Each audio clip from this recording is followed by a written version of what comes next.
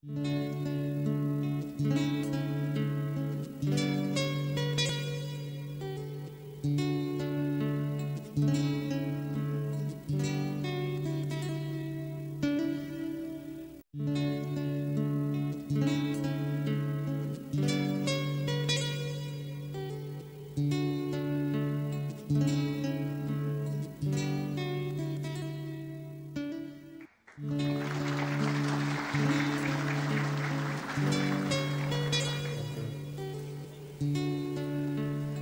que eu quero falar com vocês hoje é esse tema: resista ao diabo.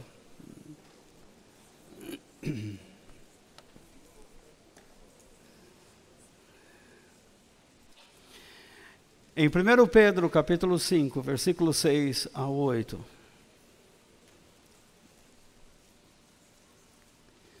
Na semana que vem eu pretendo continuar. Vamos até o versículo 8 e na semana que vem nós continuamos.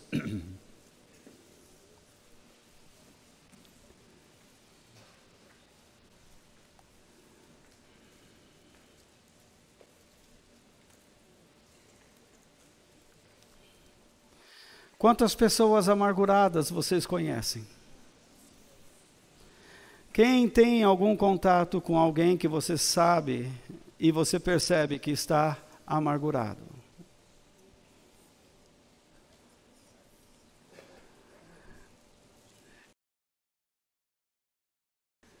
Quantos conhecem aqui alguém que está amargurado?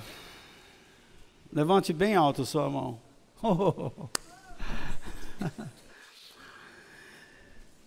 Quem está amargurado aqui? Não. Mas, na verdade, você, ao lidar com essa pessoa, você está encontrando dificuldades? Qual é a maior dificuldade que você encontra ao lidar com uma pessoa amargurada? Ela gira em torno dos problemas dela, não é isso? Ela se torna um centro de atenção.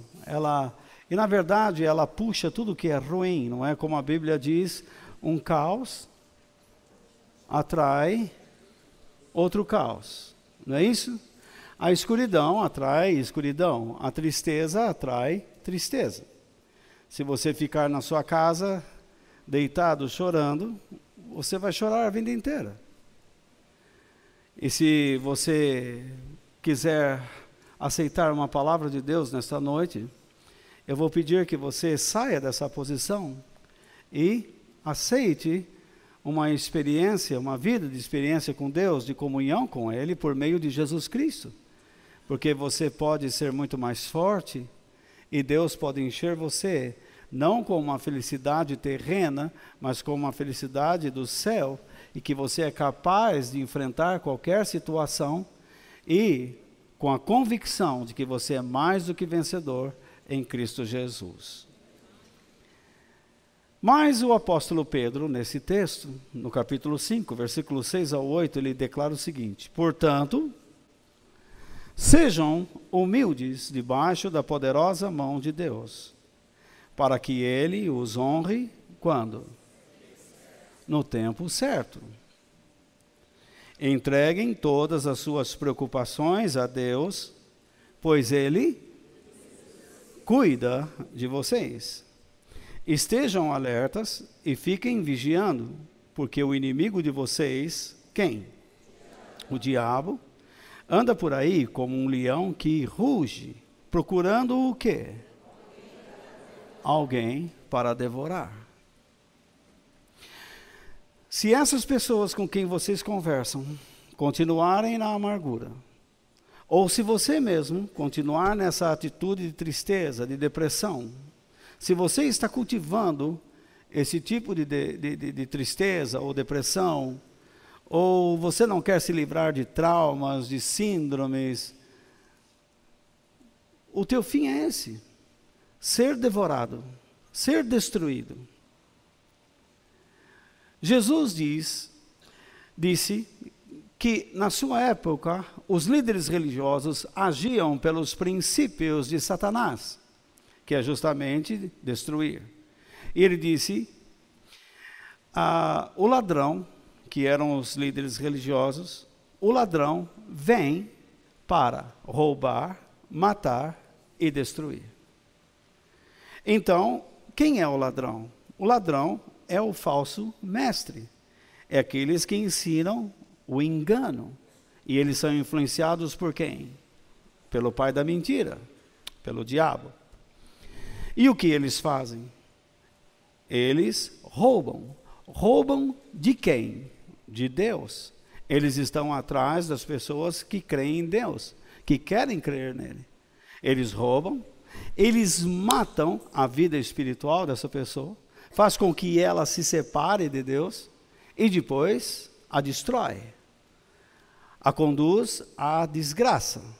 É isso que ele faz. Se há uma coisa que nos perturba demais nessa vida, é o sofrimento. Ninguém quer sofrer. E, constantemente, as adversidades surgem em nossas vidas. E elas surgem, pelo menos, por 3 meios que eu gostaria de mostrar a vocês. 3 causas eu quero apontar aqui. A primeira é a cultura deste mundo decaído, da graça divina.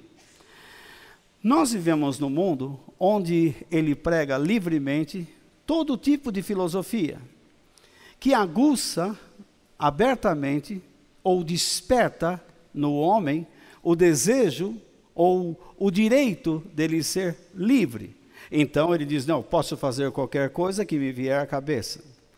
Mas nós que somos cristãos, conhecemos bem a declaração do apóstolo Paulo, que diz, todas as coisas nos são lícitas, mas nem todas as coisas nos convêm.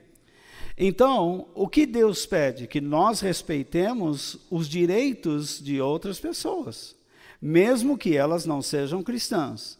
Nós temos que agir com dignidade, com bom senso, com respeito, porque nós somos filhos de Deus. Mas as filosofias neste mundo ensinam as pessoas a buscarem o prazer a qualquer custo. E dizem assim, você quer eliminar sua dor? Pratique o prazer. Seja do sexo, ou das drogas, da bebida, nada impede. Eu fiquei pasmo quando outro dia eu ouvi que numa escola aqui perto, um professor estava ensinando uma classe mista sobre a importância de se masturbar. E ele começou então a explicar como se deve praticar a masturbação. Se eu tivesse um filho nessa escola, eu gostaria de conversar com esse cara e eu pediria muito a Deus que controlasse o meu ímpeto, porque a vontade que dá é segurar na garganta desse fulano e dizer, agora você vai me explicar como é que você masturba. Porque senão, eu vou fazer uma masturbação no seu pescoço. Vou pegar o seu pescoço e vou chacoalhar. Então, vocês estão entendendo tudo errado, hein? Então, veja só. Como pode um professor tomar a liberdade para ensinar esse tipo de educação que cabe ao berço familiar? A escola, ela dá formação cívica, ela dá formação moral dentro da sociedade, não é isso? Ela deveria ensinar a formação cívica, política, mas hoje as escolas não ensinam mais isso. Quem ensina verdadeiramente a vida moral são os pais. Cabe aos pais ensinar seus filhos a vida moral, a vida espiritual, a vida elevada. Mas parece que nós estamos brincando com a educação nesse país. E então, daqui a um tempo, será difícil segurar a onda. Será difícil segurar a maldade, porque essas coisas só tendem a piorar.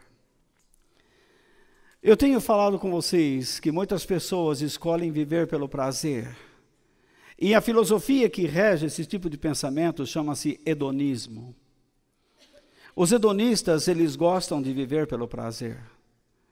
Não importa o que você faça com o corpo, não importa o que você faça com a sua mente, não importa o que você diga, não importa onde você esteja, não importa nada. O que importa é que você tenha prazer. O que importa é que você seja feliz. Eles falam de felicidade e não entendem o que é felicidade. Para dizer a verdade, a felicidade não existe neste mundo desde que Adão e Eva pecaram. A felicidade foi embora. Não existe felicidade. Quer uma prova?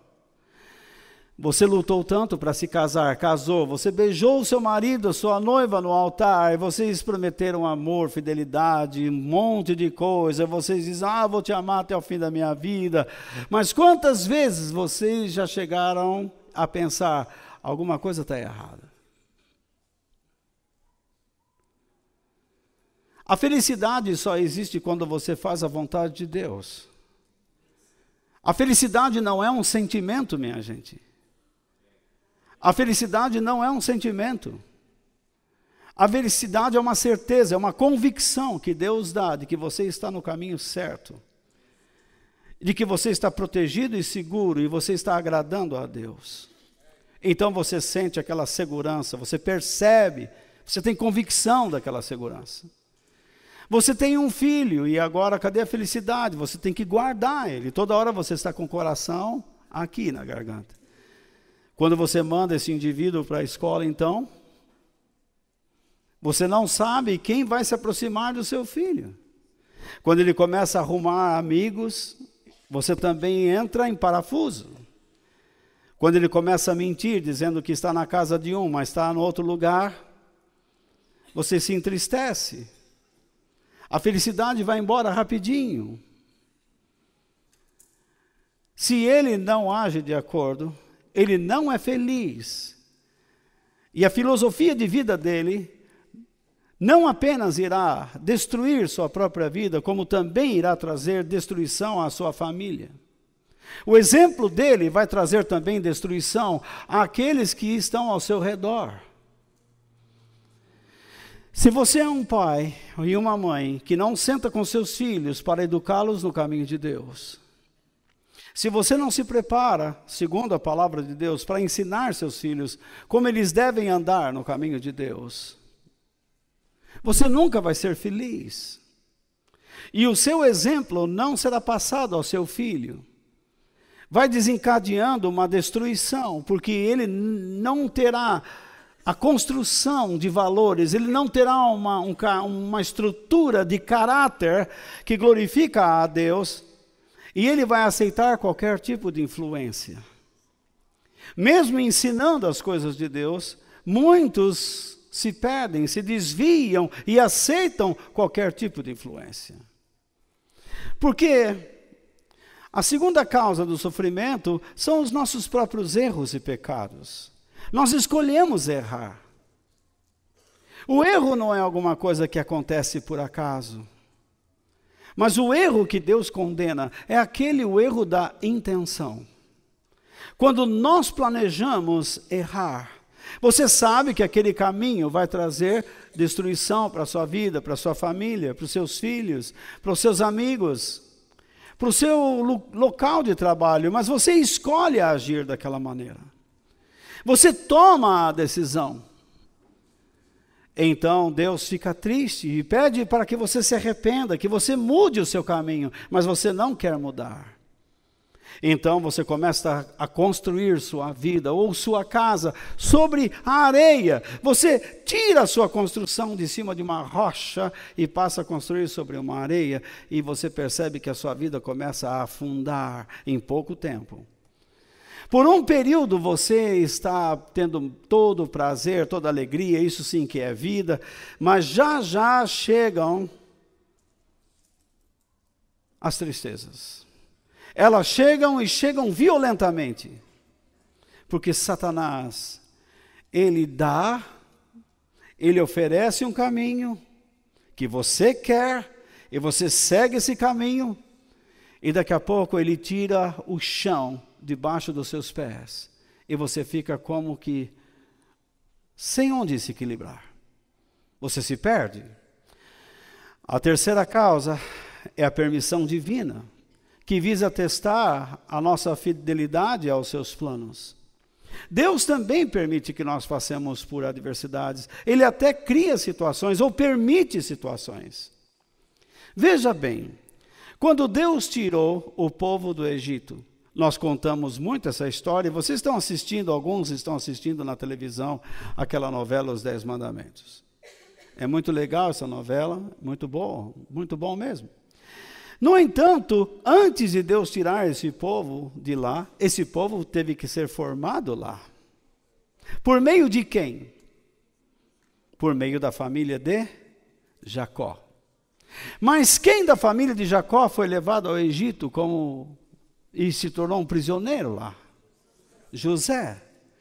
José foi levado para lá, sofreu, não é isso? E tudo isso estava dentro dos planos de Deus. Em nenhum momento José está xingando, José está blasfemando ou se amargurando. Ele está lá na casa de Faraó. E lá ele então tem alguns sonhos e ele interpreta os sonhos de Faraó também. E o que acontece? Ele é elevado ao alto posto. E então ele traz sua família cresce, o Egito prospera, porque onde o verdadeiro povo de Deus está, existe uma prosperidade, existe uma ação da bênção de Deus. Deus tornou o Egito mais rico do que era, a ponto de ajudar outras nações com o fruto da sua terra. Mas de repente o Egito se torna nacionalista. Entra um faraó e eles expulsam de lá aqueles mistos que eram chamados os Ixos, que invadiram o Egito e se tornaram faraós. Eles tiram essa dinastia de lá e agora um Egito puro assume o poder, Ramsés, e ele não quer saber de estrangeiro. Ele diz, a terra é nossa, daqui a pouco eles a tomam de nós. E ele passa a oprimir os israelitas. Ele os escraviza e lá vem o sofrimento. Foi o diabo? Não, foi a permissão de Deus. Foi a permissão de Deus na vida de José, foi a permissão de Deus na vida do povo de Israel.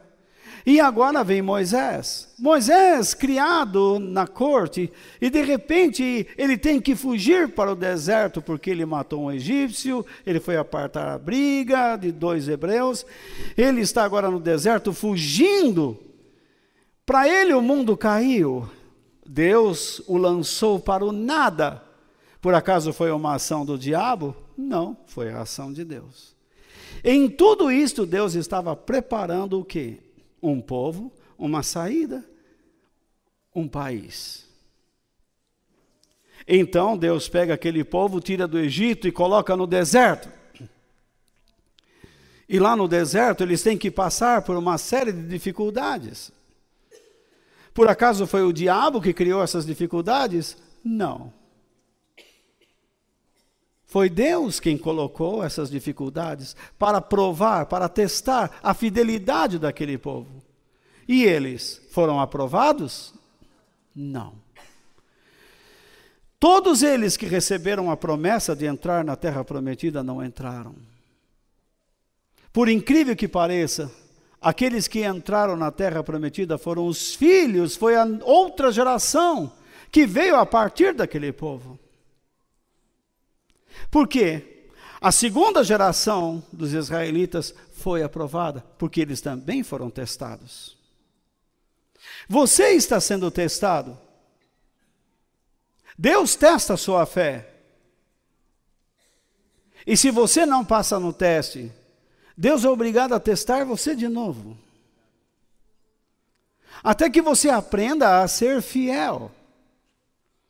Alguns pastores ensinam que quando Deus testa a nossa fé, é para saber se nós temos condições de crer, se receberemos mais e mais. Na verdade, Deus não testa a nossa fé simplesmente para nos dar mais e mais. Deus testa a nossa fé para que nós nos comprometamos com a missão que Ele nos deu.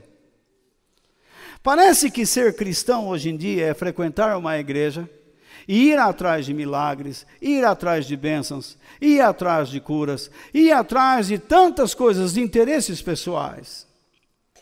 Mas para Deus, a formação da igreja é para ensinar as pessoas acerca da vida que Ele espera que aquela pessoa que deseja ir para a eternidade tenha nesta terra. Deus quer aperfeiçoar o nosso caráter. Se você era um ladrão, um criminoso, um bandido, se você era um drogado, se você era um alcoólatra, se você era um adúltero, se você era um homem mau, quando a palavra de Deus o alcança verdadeiramente, você nunca mais quer ser aquela pessoa que você foi. Porque as coisas velhas se passaram e tudo se fez novo. E isso por quê? Porque Deus criou em você uma nova criação. Deus restaurou sua vida. Você já não quer mais pensar como pensava antes. Você não quer mais viver como vivia antes. E é por isso que nós ensinamos as pessoas a viverem em Cristo Jesus. Meu irmão, seja lá qual for a cultura deste mundo, para que eu erre, para que eu caia, eu preciso aceitá-la. Os meus erros, para que eu erre, eu preciso aceitá-los. E quando Deus permite que eu sofra, para que eu erre, eu preciso rejeitá-lo. É aí que entra o diabo. Se você está vivendo alguma filosofia mundana, ele é o diabo para te acusar. Se você escolhe errar, ele é o diabo para te acusar. Se você rejeita o plano de Deus, ele é o diabo para te acusar. E quando ele cria um estado ou um sentimento de culpa em sua vida, isso o desestabiliza. No entanto, você pode rejeitar esse sentimento de culpa, amortecendo a sua consciência. Você pode dizer que você está certo, sem analisar o que a Bíblia diz, e continuar andando no seu próprio caminho. Mas Deus está dizendo, você está errado, você precisa mudar. Mas o diabo diz, não, você está certo. Mas perante Deus ele diz, ah lá, senhor, ele está errado. Porque tudo que ele quer é que Deus te abandone. Mas Deus não quer fazer isso. Deus não quer abandonar você. Deus não quer abandonar a mim. Mas Ele tentará fazer com que eu creia que Deus me abandonou para que eu o abandone. Para que eu passe a viver uma vida de dúvida, de incredulidade. Para que eu não creia mais na bondade de Deus.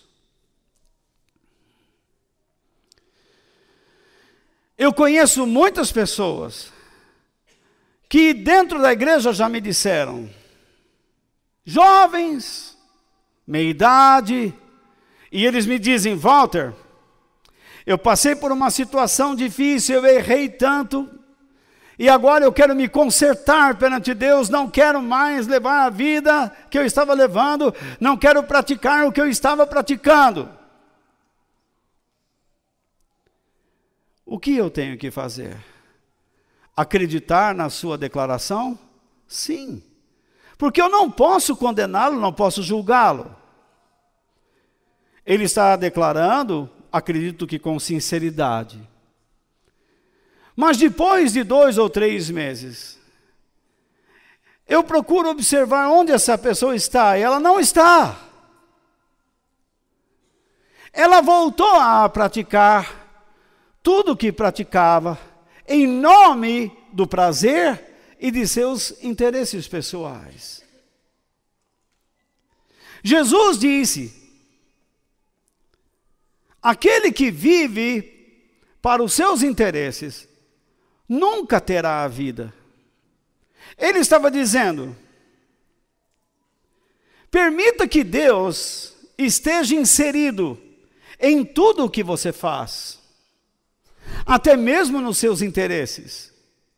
Permita que Deus dê a palavra final sobre os planos que você estabelece. Você pode estabelecer muitos planos, mas a última palavra vem de Deus.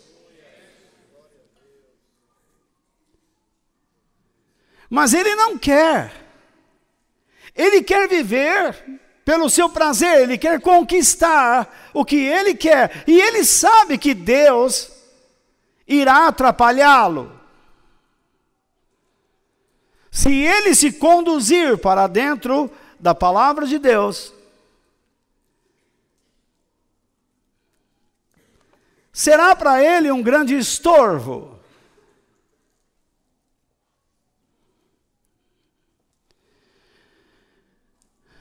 Não são poucos que vivem assim.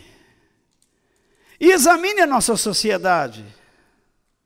Quantos jovens deveriam estar estudando, se preparando, e estão escolhendo um caminho do crime, ou da vida fácil,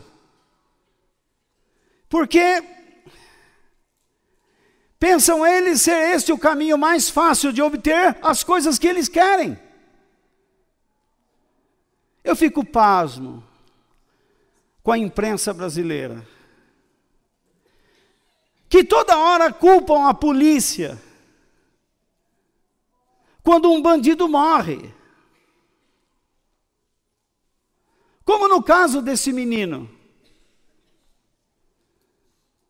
cujo pai é um bandido, está preso, a mãe é de mau caráter, e um menino entra num prédio, rouba um carro.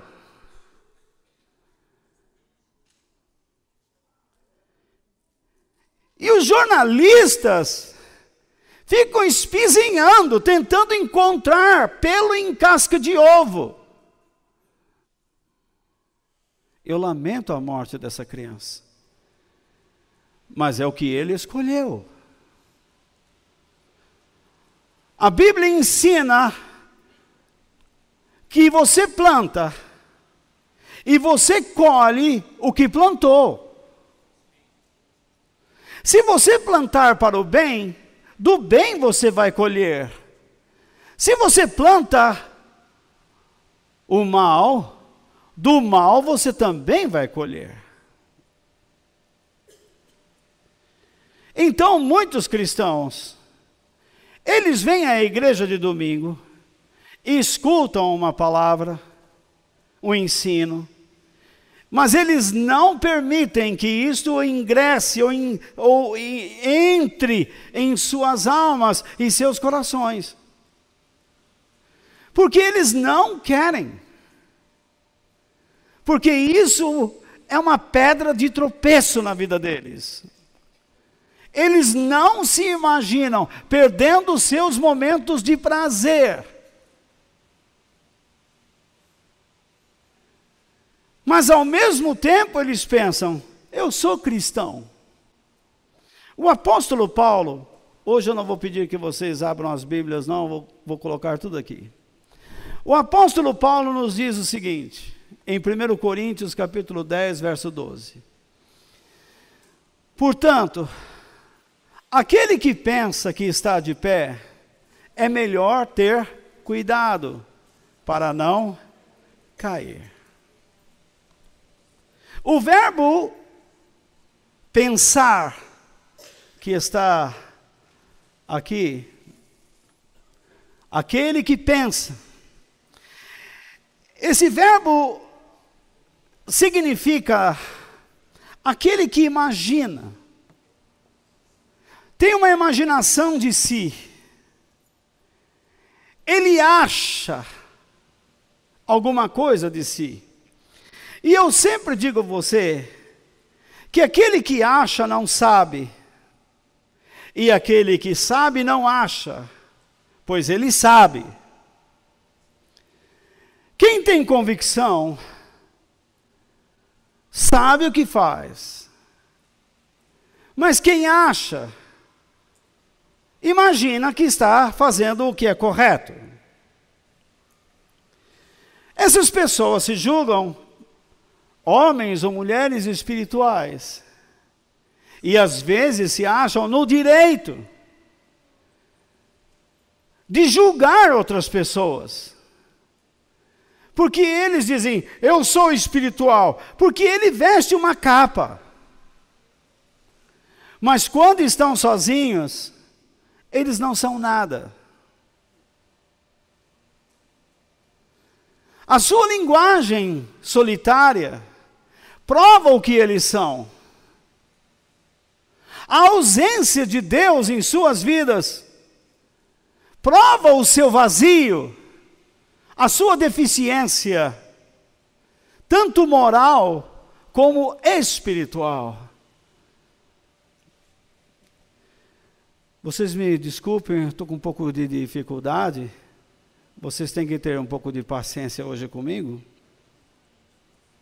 Posso pedir isso para vocês?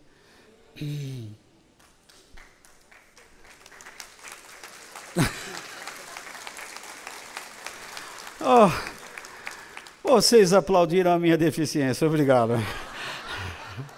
Vamos aplaudir o Senhor, vamos lá.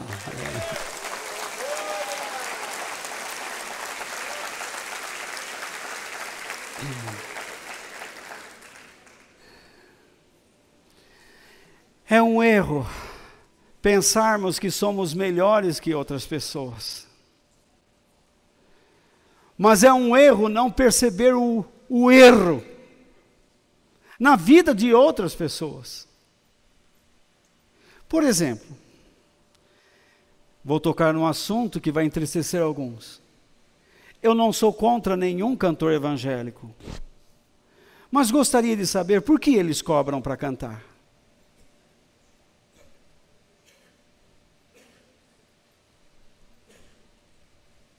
Gostaria de saber por que esses expoentes gospel, cantores gospel, como assim gostam de serem chamados, cobram 600 mil um show. Eles começam numa quinta-feira, na sexta, no sábado fazem 2, no domingo mais 2. Vamos contar? 600 mais 600, 1.200.000. 1.200. Mais 1.200, 2.400, mais 1.200, são 3 milhões fáceis que entram nos cofres. Aí eu pergunto, qual é a sua igreja? Eles não têm. Porque a agenda... Você vem me enganar? Hein, seu cara de pau? Isso vai para a internet e eles vão ouvir e ver minha cara lá. Você é um cara de pau. Seja quem for. Vá se converter, viu, meu filho? Ó aqui, ó. Dá um zoom aí.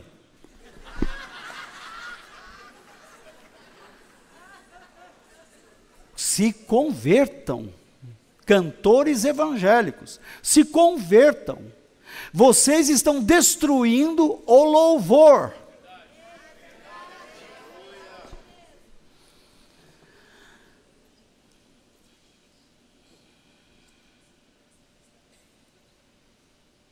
Cadê o seu dízimo?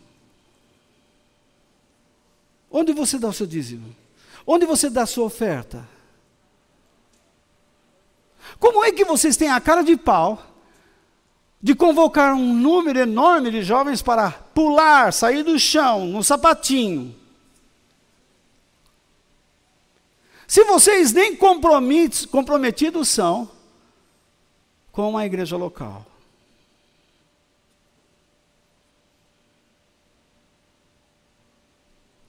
Eu peguei um cara a cara. Alguém estava comigo? Era você, Fausto, que estava lá comigo? É? Você viu que eu falei, né? Qual é a sua igreja? Agora não tenho. Mas como não tem? Os compromissos, mas espera lá. Cultuar a Deus não é importante para você? Eu cultuo aqui, ali, aqui, aqui. Não. Você não tem uma família? Como é que eu posso acreditar numa trempa dessa?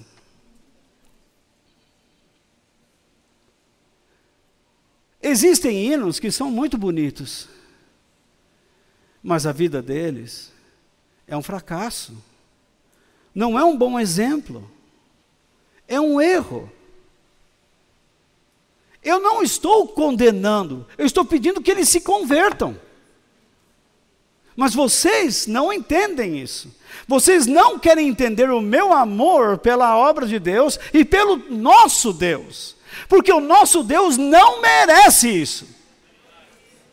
Como também pastores que cobram para pregar.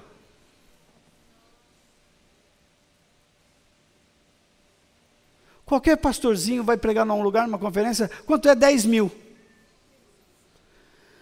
Isso por baixo. Como é que fica aquilo que Jesus disse, de graça recebestes e de graça dai? Mas tem que levar o equipamento. Não leva, meu filho.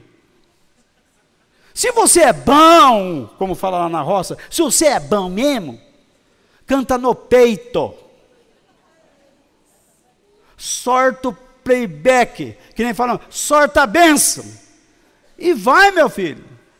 Sabe por que você precisa de equipamentos? Porque você no peito é um abacaxi.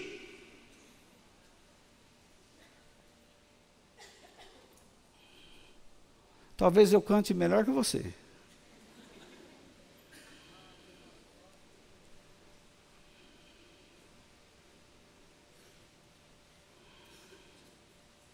Por que o pastor cobra? Para falar de Deus? Para ensinar as pessoas o caminho da paz, da reconciliação com Deus, eu preciso cobrar isso. Você acha que eu estou nesta igreja para exigir salário?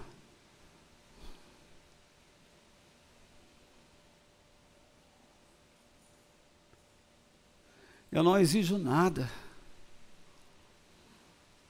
Se eu não puder fazer o ministério por amor, vou desistir dele. Ao longo da minha caminhada, dormi em praça pública. A única água que eu tinha para me lavar era a água do mar. E às vezes eu ia na fonte da cidade, abanava a água para o lado, mexia bem, tomava água e pedia a Jesus, me ajude. Ou uma torneira. Na casa de um irmão, pregando, dormir no chão e a criança fazendo xixi em cima de mim. Num papelão. A irmã diz assim, vai jantar com a gente. E eu com uma fome danada, quando eu olhei a panela, era uma panela de arroz, cheias de mosquito lá dentro. E eu lembrei o que Jesus disse, se vocês comerem alguma coisa mortífera, e não fez dano algum. Hoje eu como um alhinho bem fritinho, certinho, pronto. O deserto do Sinai, esse eu carimbei. Se o povo de Deus fez caca lá, eu também fiz.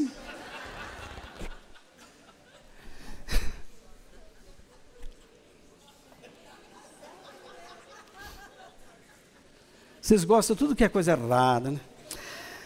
O verbo pensar significa se achar. Qual é a prova que você me dá de que você realmente é um cristão? Walter, a prova que eu dou é que todos os domingos eu vou à igreja. Isso não é nada. Comprei uma Bíblia, mas não lê. Não, eu vou para cima e para baixo com uma irmã.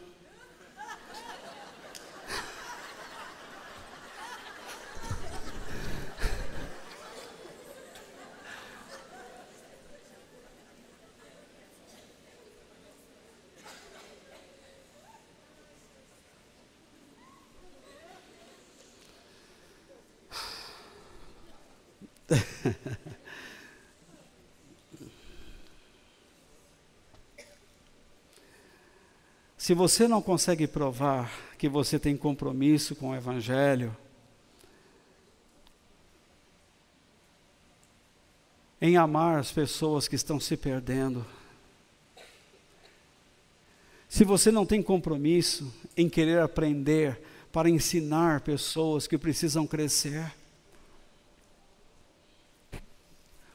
se você não tem compromisso para fortalecer a igreja de Jesus nessa terra,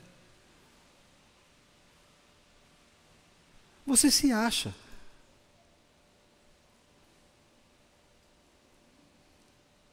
E você está agindo com descuido. Você está sendo, desculpe a expressão, relapso. É um termo forte. Você é descuidado. E não vai demorar muito para você cair.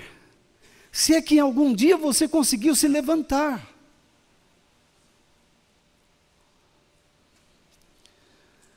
Sabe por que você não consegue se entregar à verdade?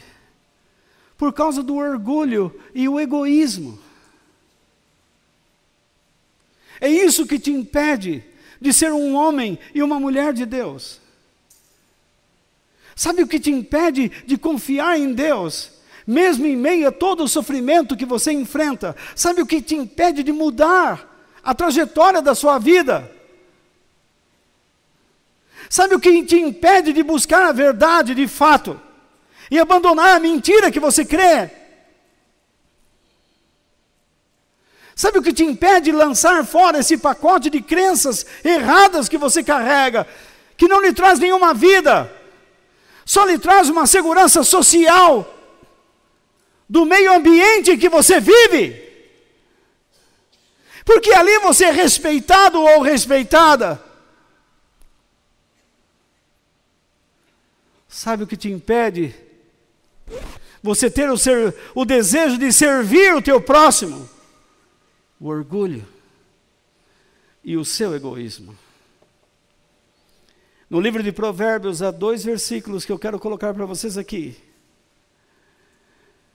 Ele diz, em Provérbios 16, 18, o orgulho leva a pessoa ao quê?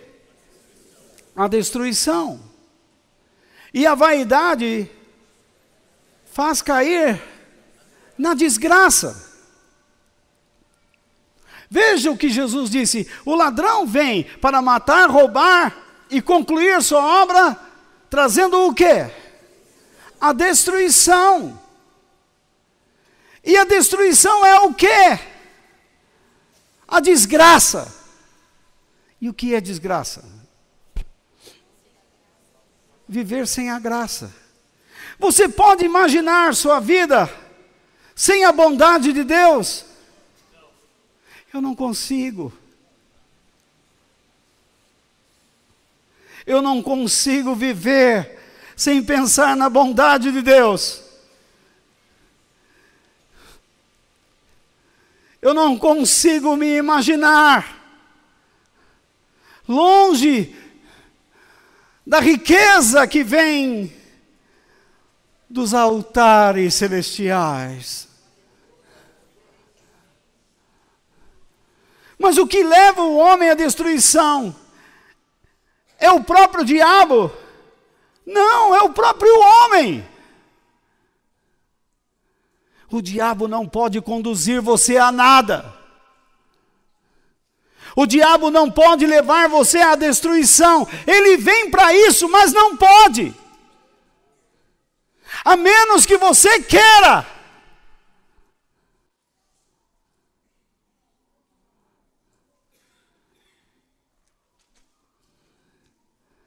E o que é que nos conduz, senão o orgulho e a vaidade, o egoísmo? Quando você quer algo, você se esquece de Deus. Eu quero a cura do meu estômago, então agora eu vou deixar todos os meus compromissos, não vou me esforçar mais, e vou sair por aí, buscando em todo lugar, qualquer coisa, qualquer palavra, qualquer pessoa.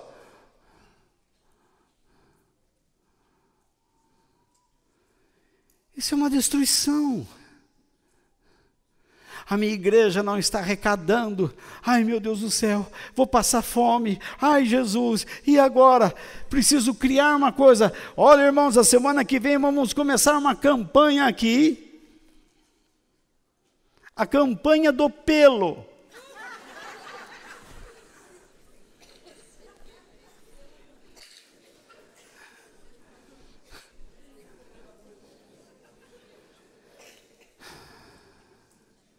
Corte uma mecha do seu cabelo, ponha no envelope. Se o teu marido está com alguns problemas,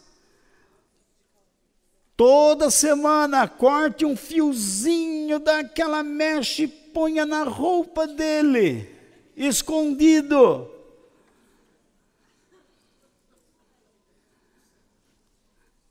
E a reunião vem, aí eu começo a dizer, vocês querem que Deus abençoe vocês? Mas vocês não vão dar nada para Deus, Ele vai agir, vocês não vão pagar. Aí eu tenho dinheiro. Aí estou abonado.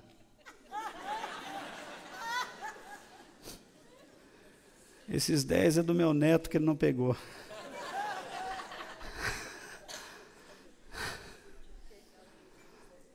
Eu estou abonado. É isso que eles fazem. Enfim, o outro verso diz, em Provérbios 16, versículo 20, quem presta atenção no que lhe ensinam, terá sucesso. Quem confia no Senhor, será feliz.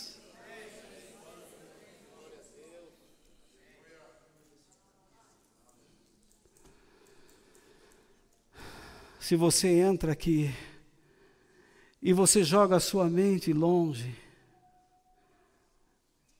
você está de corpo presente, mas de mente ausente, o que você espera alcançar de Deus?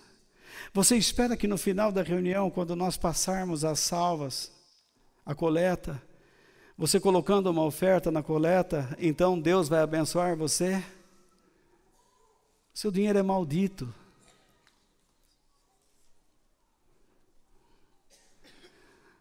Não se compra a Deus. Não se compra a graça de Deus. Deus deve ser tratado com respeito.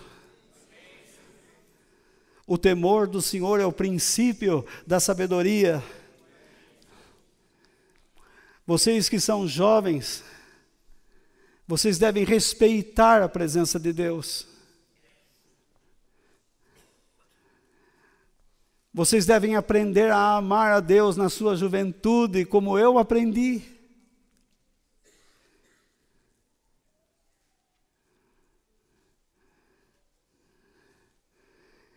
E Deus foi forjando a minha vida. Hoje, mais velho, o meu amor por Ele não diminuiu. Eu me lembro da força que eu tinha, das coisas que eu fazia. Lastimo não ter mais a mesma capacidade física, mas hoje sou um homem mais sábio. Deus me deu mais sabedoria. Já conversei com pessoas importantes. Eu fui o único pastor neste país que proferiu as palavras do Evangelho e fez uma oração na ditadura, no Senado. Saí dali e fui para uma reunião onde eu preguei para 15 mil pessoas. 8 mil delas foram batizadas no Espírito Santo.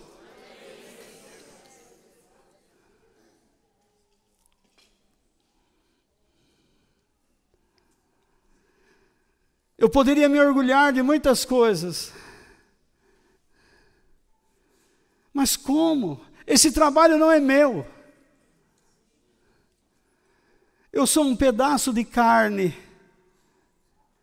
que achou graça diante de Deus, e Ele colocou dentro de mim o seu Espírito Santo,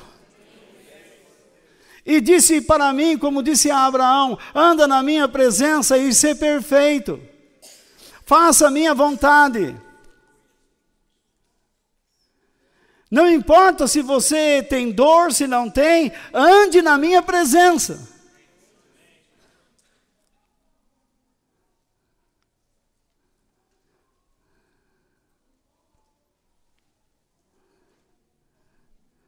Deus ensina você a amar e perdoar, mas o que você faz?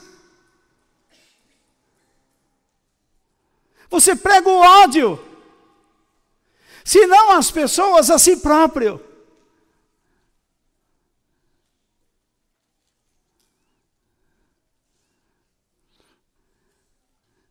Você prega o ódio, e às vezes você influencia pessoas a odiar. Deus está fazendo algo na vida de alguém, e você vai lá e diz: não, isso é mentira, isso é coisa satânica, quando não é. Quem é você para dizer isso?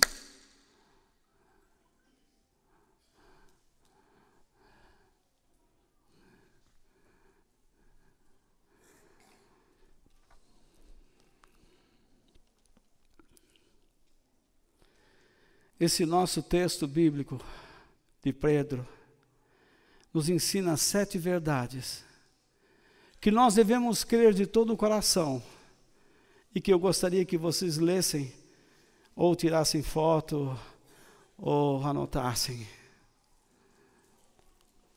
A primeira delas: para uma pessoa ser honrada por Deus, é necessário que ela seja o quê? Humilde diante dele. Isso está no verso 8. Ou desculpe, eu coloquei no verso 6. Sejam humildes debaixo da poderosa mão de Deus, para que Ele o quê? Os honre no tempo certo. Seja humilde. A segunda verdade: Deus honra aquele que é humilde diante dele no tempo certo. Não é no seu tempo.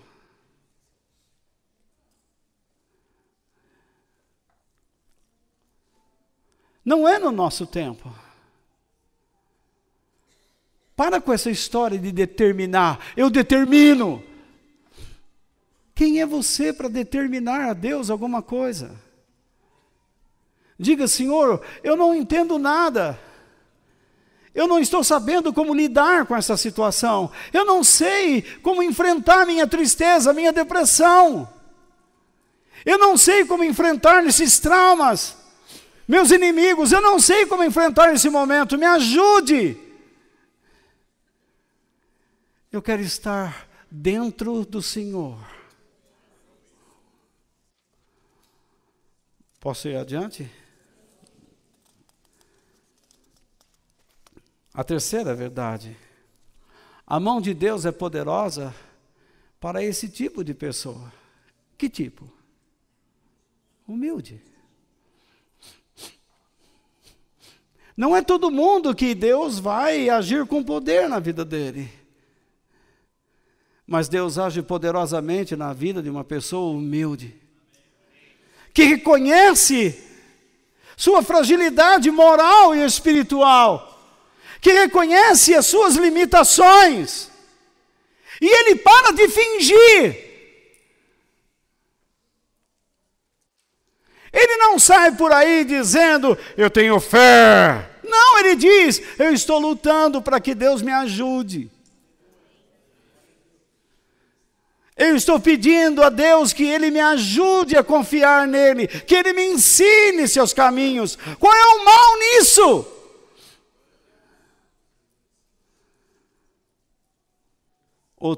Uma vez, não vou dizer o dia, ligou uma pessoa para mim e disse, Walter, soube que você está doente. Estou. E você está aceitando isso?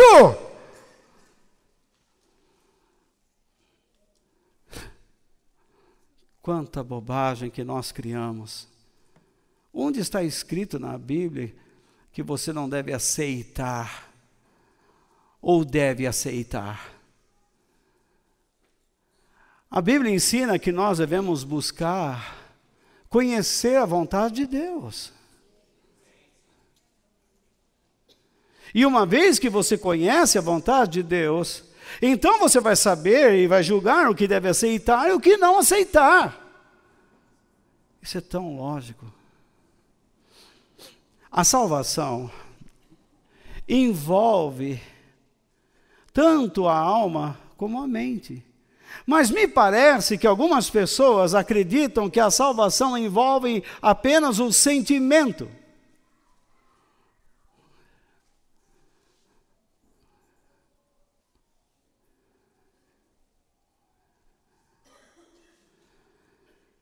Eles querem ficar sempre entusiasmados, mas não gostam de pensar. Em quarto, acho que é o quarto, Deus cuida daqueles que entregam a Ele as suas preocupações ou ansiedades.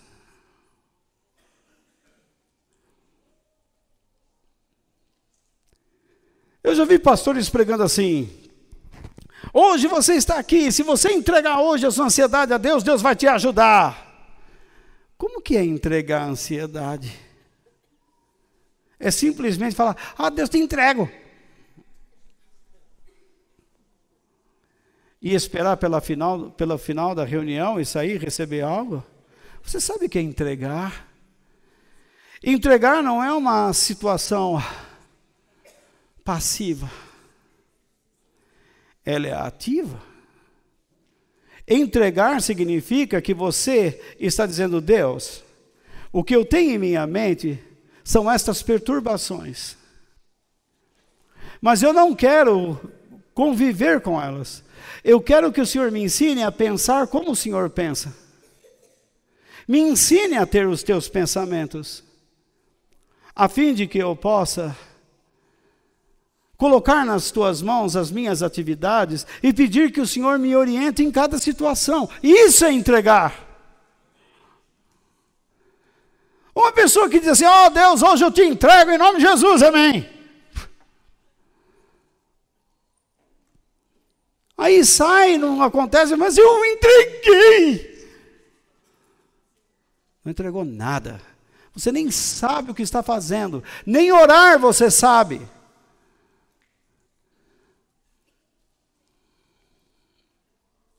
As orações do Novo Testamento, todas elas são para fortalecer o povo de Deus. Você não encontra oração no Novo Testamento, Deus me dá comida, Deus me dá... Se você começa a pedir essas coisas, Jesus falou, isso aí é oração de pagão.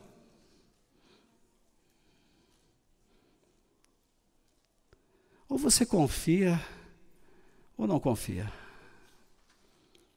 Jesus disse a esse tipo de gente, Busquem primeiramente o seu reino e o modo de vida que Deus quer, sua justiça. E as demais coisas serão acrescentadas na sua vida.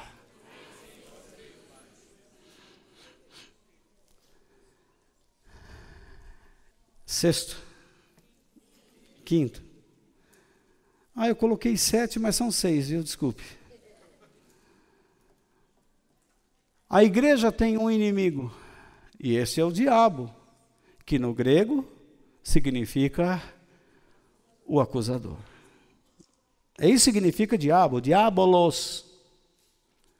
E Satanás significa adversário. Então a igreja tem um inimigo. E eu já falei sobre ele, e nós não precisamos ficar gastando mais tempo agora aqui. Ele quer roubar você de Deus, matar sua vida espiritual e destruir você.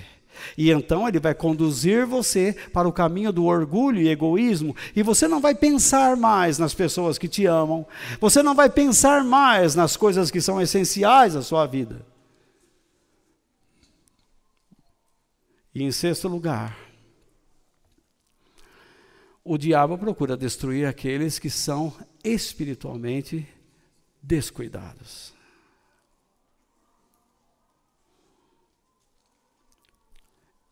Pedro diz: estejam alertas e fiquem vigiando, porque o inimigo de vocês, o diabo, anda por aí como um leão que ruge, procurando alguém para devorar. Mas quando eu penso nesse texto de Pedro, que nós lemos, no versículo 6, ele inicia a sua frase com uma conjunção conclusiva. E ela é, portanto, sendo assim, então ele conclui uma ideia. Quando Pedro escreveu sua carta, ele escreveu sua carta para pessoas que estavam sofrendo, passando por dificuldades. E eu vou fazer uma resenha aqui, verbal, a vocês, que vai ficar só no áudio. Em sua carta, ele pede que nós tenhamos Jesus como a nossa esperança única em meio às perseguições. Ele também pede que tenhamos uma vida dedicada a Deus em meio às perseguições. Ele diz que nós somos um povo santo, santificado para o Senhor. Não importa se estamos sofrendo, nós temos que fazer a vontade dele. Por isso ele diz que nós devemos imitar Jesus em meio ao sofrimento. Em nenhum momento Jesus abandonou Deus e a vontade de Deus. Ele diz que tenhamos a consciência de que somos peregrinos neste mundo. Então, se você morrer aqui agora ou morrer daqui 20 anos, você é simplesmente peregrino. O seu lugar não é aqui. Mas o grande problema é que muitos que estão aqui dentro da igreja não creem mais na vida eterna e não aceitam a vida eterna. A única coisa que eles querem é uma vida farta neste mundo. Mesmo que a Bíblia diz, o amor ao dinheiro é a raiz de todos os males. Dá uma olhada em Brasília o que está acontecendo. Veja aquela pouca vergonha. Parece que nós temos uma Câmara do Povo e do Senado, onde eles vivem apenas agora para se defenderem. Ninguém está lutando pelo nosso país. Estão tentando se proteger a todo custo da Lava Jato. O diabo para eles é o Moro.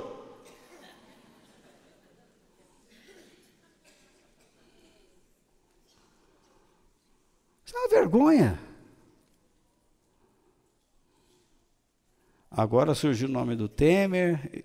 Eu quero que se dane. Eu queria que todo mundo fosse para o balaio de gato. Seja quem for. Não tem essa.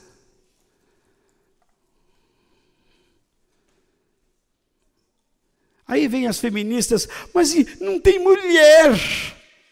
Se vocês me arrumarem umas 15 Angela Merkel, ficaria feliz. Talvez vocês não saibam quem é a primeira-ministra da Alemanha.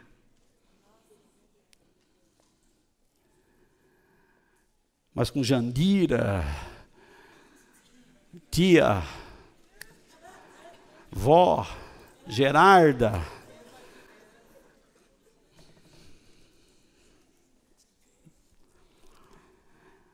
Pedro diz que a vida conjugal deve estar sempre dentro dos princípios espirituais estabelecidos por Deus. A mulher cristã não deve tentar ganhar o marido que é não cristão por meio de hábitos sensuais, mas por meio de uma postura verdadeira. E o marido deve tratar a mulher como o vaso mais fraco. Então eles têm que procurar ter harmonia, senão as suas orações não são ouvidas por Deus. Imagine quantos casais vão orar, oh Deus, Deus, não dá, não dá. Vou responder para quê? Vem cá, vem. Está parecendo aquela mulher da novela, né?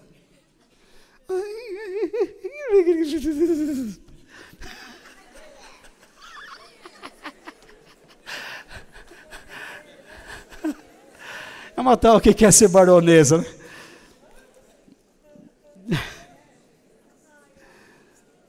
Com essa doença aí, eu andei assistindo uns capítulos aí. Da escrava mãe. Interesseira feito só. Então, ele diz que nós não deixemos de fazer a vontade de Deus em meio aos sofrimentos. Ele diz que os pastores exerçam o ministério por amor e não por ganância financeira. Ele diz que os jovens devem respeitar os mais velhos. Ele diz que o povo da igreja deve servir um ao outro, porque é dessa maneira que nós somos fortalecidos. Então, a carta de Pedro é um bom livro para você aprender o que é ser comprometido com Cristo. Ah, se nós pegássemos cada domingo desde o capítulo 1, acho que alguns não viriam mais. Ou viriam. Enfim, vamos terminar. O que Deus pede de nós? Seja humilde, debaixo da poderosa mão de Deus. Já falei que entregar não é uma coisa passiva, mas é algo ativo, em que você escolhe os pensamentos e os caminhos de Deus, em vez dos seus. Eu fico pensando, como uma pessoa poderá resistir ao diabo se ele rejeita a Deus?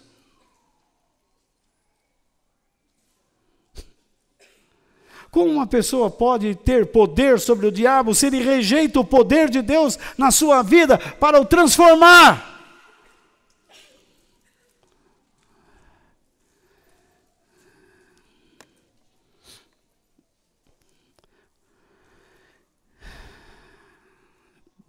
Segundo, esforce-se para entregar suas ansiedades e preocupações a Deus.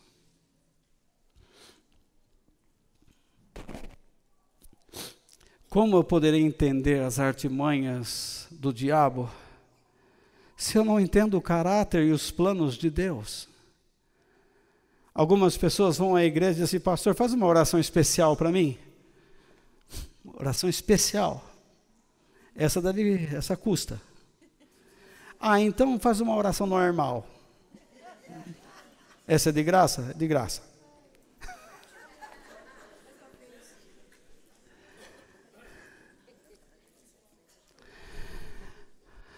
São tantos absurdos, falta de conhecimento teológico.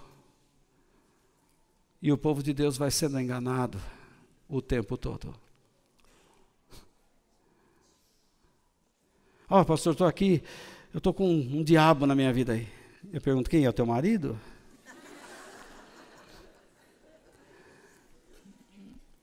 A pessoa fala, está tudo dando errado, eu sei que é o diabo. Ela nunca diz que é ela. Ela nunca diz que é Deus que está fazendo com que ela ande por um vale sombrio, a fim de que ela se arrependa. Mas tudo é o diabo. E ele morre de rir. E o pastorzão vai lá, eu expulso agora todo o espírito da Gerarda, sei lá do que for. É que nem eu contei uma coisa, não sei se eu vou contar para vocês não. Não vou falar.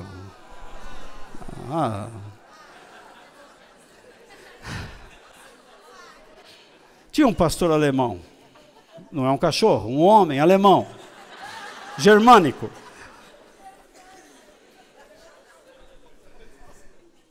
Daqueles bem pentecostais mesmo. Boa noite, irmãos. Agora eu vou expulsar todo demônio. Quem tá com a bicha no corpo, fica no pé. Porque eu vai agora expulsar. Em nome de Jesus. Mas quero que creia. Aqueles alemães bem vermelhos assim. E todo mundo, o Senhor, e ele começou. E levantou a mão para cima e a outra para... Agora, pelo poder que Deus me dá, eu repreendo toda demônia, toda bicha que está em cada uma dessas pessoas. Eu diga, sai dele, sai dela. Só que ele não percebeu, ele pôs o dedo no bico de luz. E quando ele disse, sai dela, sai de mim também.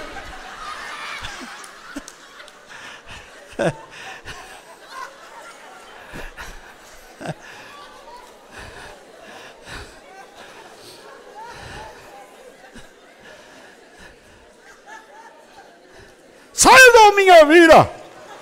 Agora! Ele olhou o dedo queimado. Viu como a bicha sai? Então.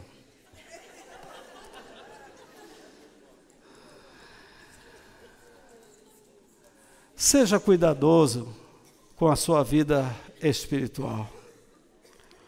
Nesse texto, Satanás é comparado a um leão que ruge e devora o quê? As presas doentes, frágeis e as fracas. Na igreja, quem são estes? Aqueles que vão se afastando do grupo. Se você assistir um filme de algum predador, você vai ver que eles atacam animais doentes, afastados do rebanho, da manada ou do grupo. E é assim que Satanás faz. A destruição satânica não é apenas uma destruição individual, mas que através do indivíduo afeta a família, os relacionamentos, a igreja e a sociedade. Deus está olhando para você, como você se porta no seu trabalho, na sua casa, com seus pais, com seus amigos. Mas Satanás está olhando para você e gritando, Deus é injusto. Ele já gritou isso no meu ouvido. É isso que você ganha depois de tantos anos pregando? O que eu tenho que ganhar desse mundo? Esse corpo está envelhecendo. Eu fiz 36 anos, quarta-feira.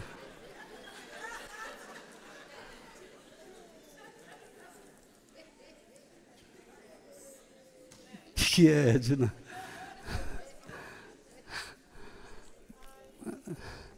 O que eu tenho para ganhar? Eu não tenho nada para ganhar aqui. Se Deus me der algo, eu vou desfrutar do que Ele me der. Mas ganhar, o que eu tenho que ganhar? Tudo que eu tiver, eu não vou levar nada daqui. A única coisa que eu vou levar daqui é a minha fé, é a minha vida. Então eu quero aprender o Senhor, e eu quero aprender com o Senhor, e eu incentivo você, ame o Senhor Jesus, e não desista dele nunca. E terminando, quero que você leia esse versículo com todo o seu coração, no livro de Jó, 36, versículo 15, Deus nos ensina, por meio do sofrimento, e usa a aflição para abrir os nossos olhos. Se você não está aprendendo nada com as suas lutas, se você não está aprendendo nada a amar a Deus com as suas dores, com o seu levantar quase de madrugada, ter que ir para o serviço, enfrentar São Paulo, é uma luta. Ter que trazer para casa o sustento. Se você não está aprendendo nada, quando você vai aprender? Até quando você vai cultivar o seu orgulho e o seu egoísmo? Até quando você vai tornar a sua vida o centro do seu universo? Não cometa o erro que a igreja medieval cometeu, acreditando que a Terra era o centro do nosso sistema solar e até do universo. E mataram os que diziam que era o Sol, que a Terra girava em torno do Sol. Não tenha medo de morrer por declarar a verdade a si mesmo. Passe a viver em torno de Deus, a orbitá-lo, a receber seu calor, sua vida. Pois é só desse modo que você vai alcançar a bênção e a felicidade. Não caia no engano de Satanás, de seus discípulos, de seus influentes, de suas vozes neste mundo, mas confie em Deus de todo o teu coração. Que Deus nos abençoe. Amém.